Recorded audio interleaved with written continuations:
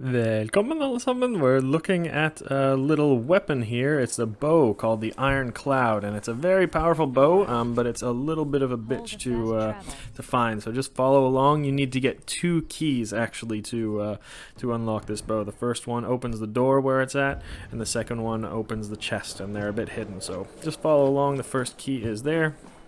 And in all of my videos I share some stories from the Viking Age too, so I'm going to share a really cool one today.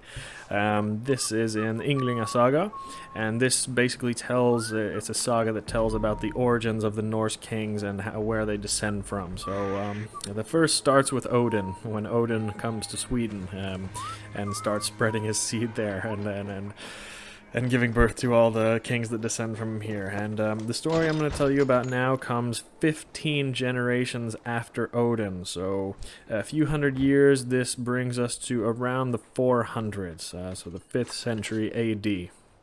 So we're in this room here. You can go to the chest here, but you need the key to unlock it. So just follow along and I'll show you where the key is.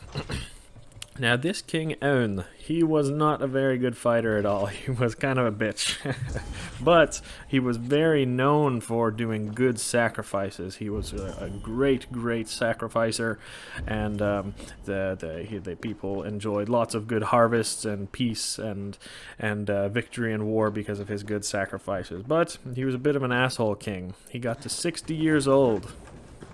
He was getting a bit old, and when he got to 60 years old, he was said that he sacrificed one of his sons to live another 60 years. So he did this. He killed off his son to Odin, and Odin gave him a promise that, okay, you'll live another 60 years. So then this King Aun, he lives to be 120.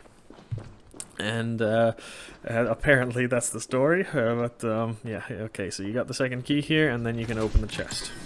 But anyway, then when the king gets to 120 years old, he offers another son, and each son gave him 10 more years. So in all, he sacrificed 7 of his sons.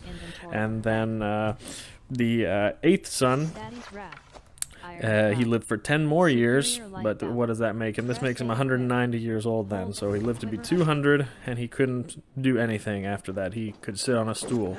Then he sacrificed a 9th son, and he lived for another 10 years, but he had to drink from a horn like a baby. And then he only had 1 son left. He was 210 years old, and he couldn't even walk. He just had to be fed with a bottle, basically. And he wanted to sacrifice this son too, but the people wouldn't let him because this was the last descendant, and people, didn't want to let him sacrifice this son. So that is, if the story's true, one of the oldest people who ever lived. We don't know if it's true, of course. It's highly unlikely that he sacrificed, 9 of his sons. But, yeah, that's how the story goes. Hope you enjoyed. Vi ses nästa gång.